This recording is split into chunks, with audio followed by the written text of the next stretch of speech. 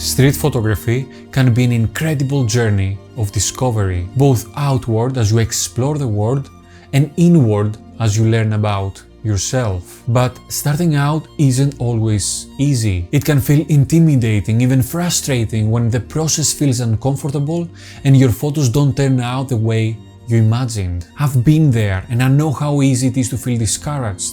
But it doesn't have to be this way. The lessons I've learned over the years have shaped not just my approach to photography, but also the way I experience the world. In this video I want to share what helped me grow as a street photographer, the struggles, the breakthroughs, and the small mindset shifts that made the biggest difference of them all.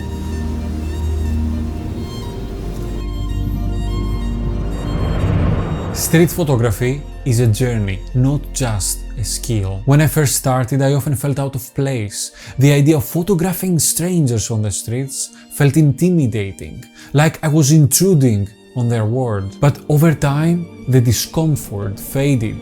The more I practiced, the more natural it became. But even now, every time I take a small break, I feel that initial hesitation creeping in. But with consistency, my confidence always returns.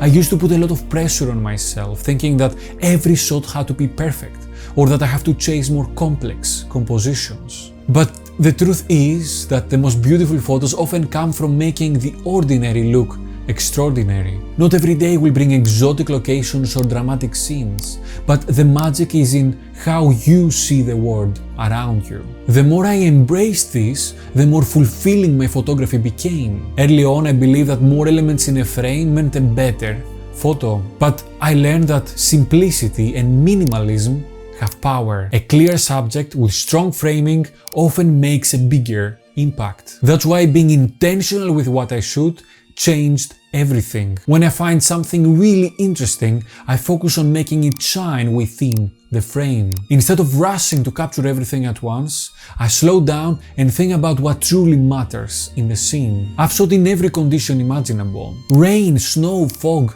because these moments transform the mundane into something special. Unusual weather creates unique lighting and mood, making even familiar streets look fresh. If you can do it safely, push yourself to shoot in different conditions. It will challenge you, but it will also reward you with unexpected results. Some of my favorite images happened in conditions where I initially even hesitated to step outside. If you are enjoying the video so far, hit the like button and consider subscribing with a bell.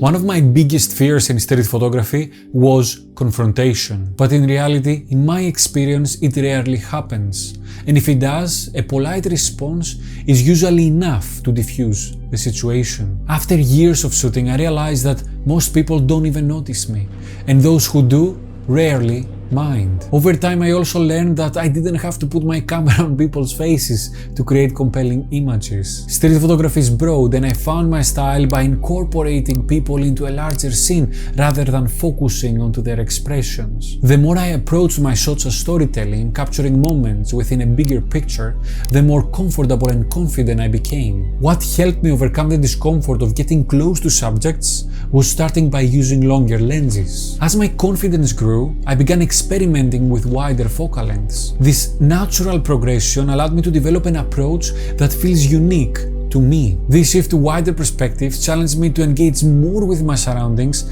resulting in richer, more dynamic compositions. Street photography has taught me to observe the world differently. I think of street photography as capturing a single frame from an unseen movie, and my goal is to make it the most compelling frame possible. The best photos leave room for interpretation, inviting the viewer to imagine what came before and after the shot. I love adding mystery to my images, hiding subjects into shadows, using silhouettes, or playing with reflections. Perspective is another tool I enjoy experimenting with. I like making objects appear smaller or larger than they really are, exaggerating scale, or using architectural shapes to frame my compositions. Light is everything, and I constantly look for those pockets of illumination that bring a scene to life. Sometimes waiting for the right person to step into the light can transform a simple city corner into something truly cinematic. Finding the perfect light or the perfect spot is often just the beginning of capturing a great image. What's usually required too is patience. Patience that can range from a few moments to days or even months, returning to the same spot at different times, trying to find the perfect subject and frame. I've been practicing street photography for 10 years now, and a full day of street photography might result in about 1,000 photos. From those I might edit 100, keep 10, but only one will be truly great. A wise photographer once said, "At the end of a photographic year, you should have 12 good photos." That sentiment has proven incredibly accurate for me. The more I embraced this, the less pressure I felt to create masterpieces every time I went out. But shooting thousands of photos is only one part of the story. The other part comes after you take the photos. Reviewing my own images, both the good and the bad, has been a crucial part of my growth. The blurry, out of focus or poorly composed photos can teach me just as much or even more than the ones that succeeded. The same goes for analyzing the works of others. When I see a great photo, one that I like, either online or in a book, I ask myself, why does it work? What choice did the photographer make? What story does the image tell? Then I take what I've learned and try to apply it out in the streets. I also look back at my own photos and often see things that I didn't appreciate at the time. Images that once seemed unremarkable now stand out to me, proving that our artistic eye constantly evolves. That is why I have never deleted a single image I've taken. Gear and settings aren't as important as people think. Over the years I've shot with many different cameras, and my biggest takeaway, as cliché as it sounds, is that the best camera is the one you have with you. But what about camera settings? In my experience, as long as you understand the exposure triangle, you don't need to worry about getting everything perfect every time. These days, I rarely check my settings while shooting. I set my ISO according to the available light, about 100 for a nice sunny bright day and 800 to 1000 for night photography, and then I adjust my aperture and shutter speed intuitively. There are many combinations that will give you the right exposure, but often there is only one fleeting moment that will give you the perfect shot. So I choose to focus on that moment and not the technicalities. Some of my best photos were taken without thinking about my settings at all, just instinctively reacting to the scene. That is why I often like using some of the automatic modes of the camera, like the aperture priority mode.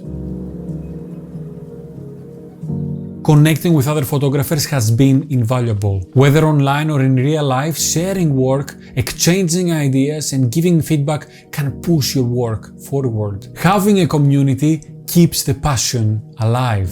I've learned just as much from conversations with fellow photographers as I have by taking photos myself. Surrounding yourself with others who share your passion can make the whole journey even more rewarding. That also taught me another important lesson: to not let social media dictate my photography. It's easy to get caught up in likes and reach, but these numbers do not define my art. Shoot for yourself, just take photos that you enjoy. Over time I learned that external validation is fleeting, but capturing something that is meaningful stays with you forever. Above all, street photography is about exploration, both of the world and of yourself. It will challenge you, push your boundaries, and change the way you see the world. Some days it will feel frustrating, but others it will be magical. But keep in mind this: every time you step outside with your camera, you open yourself to the possibility of discovering something